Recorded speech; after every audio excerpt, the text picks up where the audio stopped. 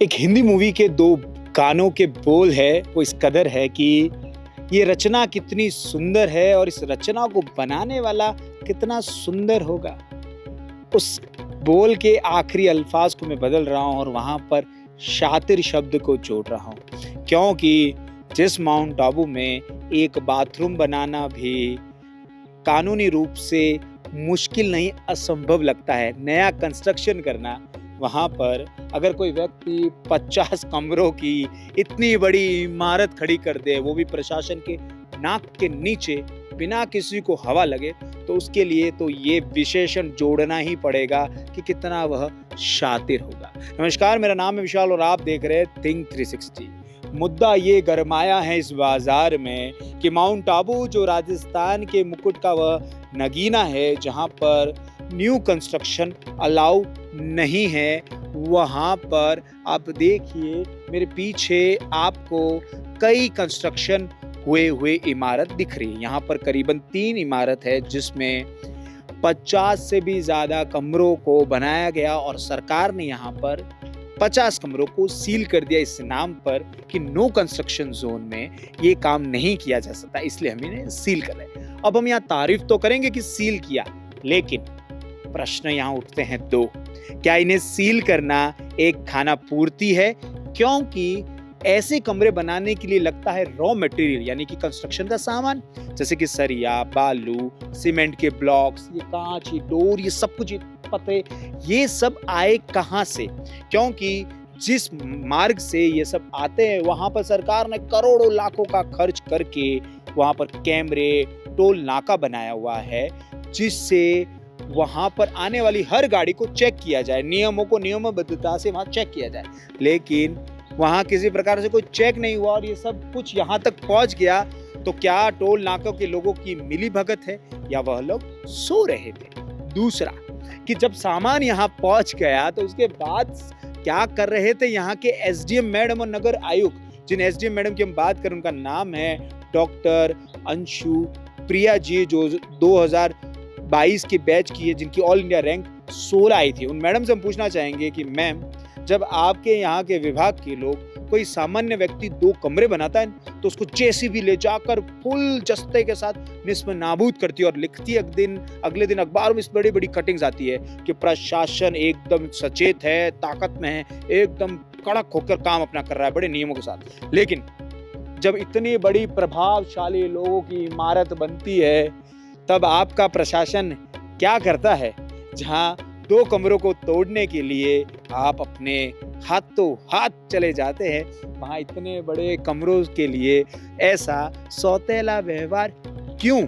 अब कुछ और भी प्रश्न है, लेकिन हम हमेशा कहते हैं कि हम हर चीज के एक्सपर्ट नहीं हो सकते, और थिंक 360 ये स्वीकार करने में बिल्कुल हिचकता नहीं कि हम एक्सपर्ट है हर चीज के। लेकिन हम इस प्लेटफॉर्म पर एक्सपर्ट्स को जरूर लाएंगे ताकि आपको और भी ये इशू बेसिक से समझ में आए। हमारे साथ इस वक्त माउंट आबू के यहाँ के एक सीनियर जर्नलिस्ट और लंबे समय से यहाँ पर काम देख रहे हैं, हमारे साथ किशन जी है। नमस्ते किशन जी, आपका बहुत बहुत स्वागत है थिंक 360 के साथ। सर, सबसे पहले आप बेसिक से बताएं क्या रूल है, इस तरफ कर लीजिए सर, कि क्या रूल है और क्या इस तरह का कंस्ट्रक्शन किया जा सकता है, उसको लेकर नियम क्या है, कानून में क्या है सर? अगर कानूनों की बात करें तो सर्वोच्च न्यायालय का आदेश है कि ये पूरा इको सेंसिटिव जोन है। इको सेंसिटिव जोन में भी जहां हम खड़े हैं, ये नो कंस्ट्रक्शन जोन के एरिया में आता है, क्योंकि नक्की लेक से 100 मीटर का दायरा, हम मुश्किल से 50 मीटर के दायरे में ही है। और 50 मीटर के दायरे में नो कंस्ट्रक्शन जोन में इतना भारी सामान, इतना भव्य इमारतें बन जाना अपने आप में एक नहीं,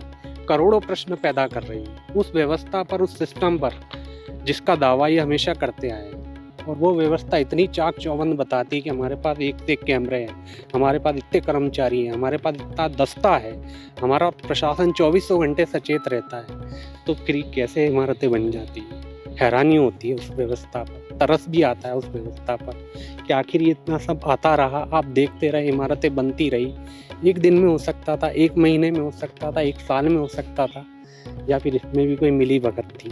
किशन जी मेरे को ये बताइए, क्या ये पहली इमारत है जो यहाँ इस तरीके से बनी है जैसे किया गया, या लंबे समय से इस तरीके चल रहा है? नहीं नहीं, ये पहली नहीं है। ऐसे कई प्रभावशाली लोगों की यहाँ इमारत है, कई समय लंबे समय से बनती आई है। ये किसकी जिम्मेदारी बनती है किसी यहाँ के स्थानीय प्रशासन की, ESZ नोडल प्रभारी जो भी यहाँ का SDM होता है, उसकी जिम्मेदारी हमेशा के लिए बनती है कि इस तरह की इमारत तो छोड़ो, छोटे मोटे निर्माण कार्य भी नहीं हो पाए जो बिना अनुमति के हो।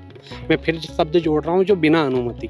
अनुमति लेने जाओगे तो अनुमति के लिए मैं कहूँगा यहाँ अनुमति मांगने वाला ही अपराधी है, क्योंकि जो अनुमति मांगने जाता है उसे कई सालों तक तो ऑफिसों के चक्कर लगवाए जाते हैं। वो अपने समस्त दस्तावेज पेश कर देता है, यहाँ तक कि जैसे मैं उदाहरण देना चाहूँ, पट्टे की फाइलें, अपने मकान से संबंधित दस्तावेज, तो उसे वो प्रूव करने में, उसका मौका निरीक्षण करने में, उसकी सारी जांच पड़ताल करने में कई कई महीनों का समय निकल जाता है। उसके बाद भी अगर उसका कभी नंबर आ जावे, एक सामान्य व्यक्ति की बात कर रहा हूँ, तो उसके लिए किसी दुस्वप्न से कम नहीं होता। मतलब एक स्वप्न सा होता है कि मुझे अनुमति मिल गई, मैं एक छोटा सा अपना मकान रिपेयर करा लूँगा। हमारे यहाँ तो मकान पूरा का पूरा रिपेयर नहीं हुआ है, जड़ से बना है, और जड़ से भी नहीं बना है, पेड़ काटे गए, चट्टाने तोड़ी गई है। थोड़ा नजदीक से आपको हम दिखाते हैं कि किस तरीके से पेड़ काटे गए हैं। कई ऐसे यहाँ देखिए पेड़ कटे हुए पड़े हैं, हम आपको दिखाएंगे कि किस तरीके से पेड़ काटे गए हैं और कितनी चट्टाने तोड़ी गई। तो किशन जी ये बताइए, वो एक शेर जो आप हमें सुना रहे थे, वो शेर की पंक्तियों को पूरा करेंगे सर? गुमनाम लाश शहर में कफन को तरस गई, हाँ। और कागज तमाम अखबार बनकर दूसरे दिन शहर में छप गए। तो मैं उस आम आदमी की बात कर रहा हूँ जिसके समस्त दस्तावेज होते हैं। अगर वो छोटा 19-20 कर भी लेता है तो उसकी जानकारी दूसरे दिन अखबारों में इतनी बड़ी बड़ी छपती है, जबकि यह इतनी भव्य इमारत यहाँ बनती रही, उसका जिक्र भी इतना छोटे शब्दों में आया अखबारों में कि उन पर तरस आता है कि जानकारी हमारे पब्लिक डोमेन में जो जिम्मेदार यहाँ के पत्रकार हैं और जो यहाँ की जिम्मेदारी लेते हैं, वो इसको दर्शा भी नहीं पाए ढंग से। अच्छा देखिए, ये देखिए मैं जो आपको बता रहा था, जो किशन जी बता रहे थे पेड़ काटना, ये देखिए इस तरीके से पेड़ काटा गया है। और ऐसे यहाँ कितने पेड़ काटे गए होंगे इस बिल्डिंग को बनाने के लिए? सैकड़ों पेड़ काटे गए होंगे। देखिए जैसे किशन जी बता रहे, ये देखिए किस तरीके से पेड़ काटा गया है, ये पेड़ भी काटा गया है। और साथ में मैं थोड़ा और ऊपर की तरफ चलूंगा, जहां पर आपको चट्टान टूटी हुई दिखेगी। देखिए किस तरीके से नीचे की तरफ और चट्टान तोड़ी गई है, और आपको ये चट्टानें टूटी और चट्टान तोड़ना, जैसे किशन जी ने बताया, यहाँ अलाउ ही नहीं है। नो कंस्ट्रक्शन जोन में, इको सेंसिटिव एरिया में चट्टानें तोड़ना ही मना है। गैर कानूनी प्रक्रिया ये पूरी तरीके से। बिल्कुल बिल्कुल। तो आप सोचिए कि कैसे परमिशन मिली होगी इन्हें। परमिशन तो मिल ही नहीं सकती, परमिशन मिली नहीं जब सकती। सर्वोच्च न्यायालय ने इस पर प्रतिबंध लगाया है, तो किसकी अनुमति, कैसी अनुमति? तो फिर कैसे बना इतना बड़ा यहाँ? यही तो हैरानी की बात है। यही सब देखकर हैरानी हो रही है कि बन कैसे गया और किसने तोड़ने दिया, जिम्मेदार क्या कर रहे थे? क्या इसका टूटने का शोर भी सुनाई नहीं दिया? जबकि कहीं भी एक गहरी आबादी में, घनी आबादी में कोई एक कमरा बन जाता है तो प्रशासन वहाँ रातों रात पहुंच जाता है, दिन में भी पहुंच जाता है, उस पर कार्रवाई हो जाती है। जबकि यहाँ भव्य इमारतें बन रही थी। अच्छा किशन जी, ये जो रोड हम जो है उसके पास में क्या पांडव भवन है? पांडव भवन, तो एक दीवार का ही अंतर है। ये पांडव भवन है जहाँ बड़े इन्फ्लुएंशियल लोग काफी बड़ी बड़ी सेलिब्रिटीज यहाँ आती है, बड़े राजनेता यहाँ पर आते हैं, और काफी नामचीन अब देश के सबसे बड़े नेता यहाँ आ चुके हैं। और उनका यहाँ आना और उस उनका जगह यहाँ पर एक ही दीवार पर इस तरह का कंस्ट्रक्शन ना। नक्की ऐसा एरिया है जो पर यहाँ पर आम आदमी नहीं, हर एक अफसरों का यहाँ पर आमतौर पर गुजरना होता है, क्योंकि पास में सर्किट हाउस भी है। तो उसके बिल्कुल निकट में इतनी बड़ी भव्य इमारतों का, जो एक कॉम्प्लेक्स 50 रूम का है, ऐसे ऐसे 3 कॉम्प्लेक्स हैं जिसकी रूमों की संख्या भी गिनती में नहीं हुई है। वहाँ पर आप बिखरी हुई सामग्री देख सकते हैं। बिल्कुल बिल्कुल, हमने देखा जहाँ इको सेंसिटिव जोन के सारे नियम कायदों का, आदेशों का खुले आम धज्जियां उड़ती हुई नजर आ रही है। टूटती हुई चट्टानें उन नियम कायदों की धज्जियां उड़ा रही है, उनका मखौल बना रही है, उन्हें मजाक बना के दर्शा रही है उस आम आदमी के लिए कि तुम्हारी हैसियत नहीं है कि तुम कुछ कर पाओ। आइए थोड़ा और यहाँ से एक लास्ट की तरफ देखते हैं कि किस तरीके से भव्य विशालकाय इमारत दिखती है। ये सारी इमारतों का सामान लाना और इसे लाकर बनवाना महज कुछ दिनों की बात नहीं है, कुछ महीनों की भी बात नहीं है। लेकिन बात आती है उन नियम कायदों और उन सारे कानूनों की जिसे सर्वोच्च न्यायालय ने हमारे ऊपर थोपा हुआ है, यानी कि हमारे ऊपर लागू किए गए वो नियम। आप देखिए वो नियम इस तरफ कायदे कि क्या यहाँ वास्तव में सही रूप में पालना हो रही है। पालना तो छोड़िए, पालना केवल आम आदमी के लिए हो रही है। ऐसे प्रभावशालियों के लिए तो लगता है कि एक सहूलियत बन के रह गया है। जैसे किशन जी ने बोला कि एक सहूलियत बन के रह गई है, आम आदमी के लिए पालना होती है, प्रभावशाली के लिए सहूलियत है। अब देखिए कि किस तरीके से खाना पूर्ति के लिए थोड़ा कुछ हिस्सा टूटा गया है, तोड़ा गया है, माफ कीजिएगा, थोड़ा बहुत, बाकी सील किया गया है और थोड़ा बहुत जेसीबी से लाया गया था यहाँ पर, कुछ समय के लिए जेसीबी आई थी, आया था। ये सब कुछ 28 जनवरी को होता है, राइट किशन जी? बिल्कुल। 28 जनवरी के बाद आज 5 फेब आ चुकी है, आज 5 तारीख है और तब तक यहाँ के लोगों का कहना है, सरकार का कहना है कि 7 दिन में अगर नहीं हटाया जाएगा तो हम उस पर कार्रवाई करेंगे, तोड़ेंगे पूरी तरीके से, इसमें नाबूद किया जाएगा। लेकिन कुछ भी नहीं हुआ है। आप देखिए, कुछ भी नहीं हुआ है। ये अपने आप में बहुत सारे प्रश्न उठाता है। बीते दिन मैं यहाँ जब आया था तभी खबर हमने और की थी कि भालू सड़क पे दिख रहे थे। आपने देखी होगी थिंक 360 की वो खबर, जब भालू जंगल से निकल के आपको सड़कों पर, जहाँ आसपास घनी आबादी वाले क्षेत्र है, वहाँ पर अपने आप भोजन ढूंढने आ रहे हैं। तो ये 2 कारण उठाता है, एक एंडेंजर्ड स्पीसीज का खतरे में रहना और दूसरा उनके खुद को लेकर ये खतरा पैदा होना, आसपास को लेकर, लोगों को लेकर।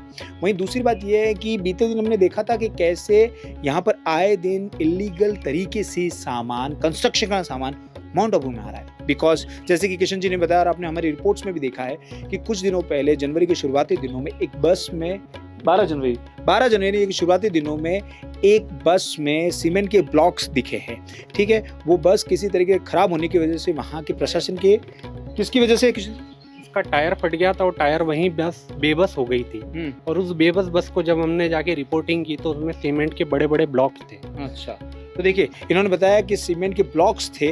अब वो सीमेंट के ब्लॉक्स कैसे, अगर वहाँ टायर खराब नहीं होता तो क्या पकड़े जाने की संभावना? बिल्कुल संभावना नहीं थी। जब वो यहाँ चुंगी नाके तक बिल्कुल निकट तक पहुँच गई थी, उसे किसी ने रोका नहीं था और रात्रि का समय था, तो उसे कितनी बार आई, उसके आवागमन कितनी बार हुआ, उसका मूवमेंट क्या था, उसका मालिक कौन था, उसकी जानकारी आज तक कोई पब्लिक डोमेन में नहीं है। तो क्या कारण है, प्रशासन सो रहा है? अभी तक तो लगता है ऐसे ही। उसकी कार्यशैली से तो ये लग रहा है कि वो सिर्फ इसको खाना पूर्ति कर, महज फौरी कार्रवाई कर, उसे वहीं छोड़ दिया गया। अब हम भी छोड़ते हैं ये प्रश्न आप पर, जनता पर, जनता की उस बुद्धिमत्ता पर जिसके लिए वह अक्सर जानी जाती है। जो लोग जनता को, जो लोग आम आदमी को नज़रअंदाज करते हैं, उसे कानूनों में फंसाते हैं, उसे नियमों का हवाला देकर अपने आप को सजग बताते हैं, वो लोग क्या सच में कुछ अपनी जिम्मेदारी निभा रहे हैं? मैं वापस बोल रहा हूँ कि क्या इस तरीके की 3 बिल्डिंग्स का बन जाना, इस तरीके के कमरों का बन जाना, क्या यह अपने आप में प्रश्न उठाता है कि क्या सच में कुछ कार्रवाई की भी जा रही है या फिर सिर्फ और सिर्फ एक खाना पूर्ति हो रही है? आइए आपको कमरे भी दिखा देते हैं। ये देखिए, जहां सरकार कह रही है कि 50 कमरों को बुक किया गया है, इलीगल रूप से बैन किया गया है।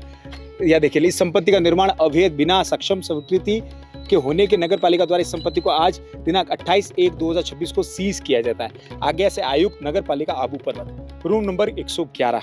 तो कैसे हो सकता है कि सिर्फ 50 कमरे हो सकता है कि कमरे बहुत ज्यादा हो, क्योंकि सिर्फ 50 कमरे का नंबर 111 होना जमता नहीं है, समझ में नहीं आ रही कैलकुलेशन। दूसरा, ये 28 तारीख को ये लोग जागे हैं, नगर पालिका के आयुक्त लोग, तो उससे पहले क्या सब सो रहे थे? क्या ये फाइलों के नीचे दबे हुए उन और बातों की तरह हो जाएगा जिनका कभी उजागर नहीं होता है?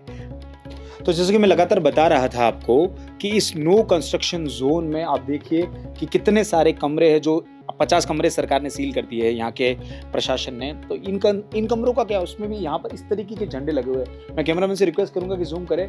ये झंडे जो है, ये सामने दिख रहा है कि ब्रह्मा कुमारी आश्रम का झंडा है। ठीक है, तो अब ये अपने आप में एक प्रश्न उठाता है कि ये झंडा यहाँ होना, तो क्या इससे इसका ऑथराइजेशन होता है? क्या ये इन्हीं की बिल्डिंग है, या फिर ये कह सकते हैं कि पास में जो पांडव भवन है वहीं से पानी की, इलेक्ट्रिसिटी के वायर्स इस बिल्डिंग में आ रहे हैं? तो क्या ये दिखाता है क्या वो उनसे जुड़ी हुई है या उन्हीं की बिल्डिंग है? ये कुछ प्रश्न उठाते हैं हम, यहाँ दावे नहीं, प्रश्न उठा रहे हैं जो यहाँ पर बुनियादी दिख रहे हैं सबूतों के आधार पर। दूसरा, यहाँ पर जो ईंटें दिख रही है, अब ये देखना है कि जो ईंटें शुरुआती जनवरी के महीने में बस में पकड़ी गई थी, सीमेंट के ब्लॉक थे, क्या वह ब्लॉक और यह ब्लॉक और भी ऐसे कई ब्लॉक है, क्योंकि इमारत पूरी ब्लॉक से बनी हुई है, तो क्या वह सब ब्लॉक उसी ईंट, वो जो ब्लॉक उसमें पकड़े गए थे वो यहीं आ रहे थे? क्योंकि उसको लेकर भी अभी तक कोई नई जानकारी आई नहीं है अभी पब्लिक डोमेन में कि वो ब्लॉक का मालिक कौन था, वो बस किसकी थी, वो ब्लॉक कौन ला रहा था, कहाँ जा रहे थे। देखना है कि वो सब जानकारी किसकी ओर इशारा करती है। क्या वह ये सब पांडव भवन के पास बन रहे इस इलीगल कंस्ट्रक्शन में थे, नो में? और यह देखिए यहाँ पर जितनी तरीके का कंस्ट्रक्शन है वो सभी नो कंस्ट्रक्शन जोन में, इको सेंसिटिव एरिया में है, जो बहुत बड़े बड़े प्रश्न उठाता है। बस इसी तरह थिंक 360 को देखते रहिए और मैं आपसे पूछता हूँ कि हमेशा आवाज़ उठाइए। आपको हमारी रिपोर्ट कैसे लगी कमेंट बॉक्स में ज़रूर बताइए और ऐसी थिंक 360 को देखते रहिए। शुक्रिया।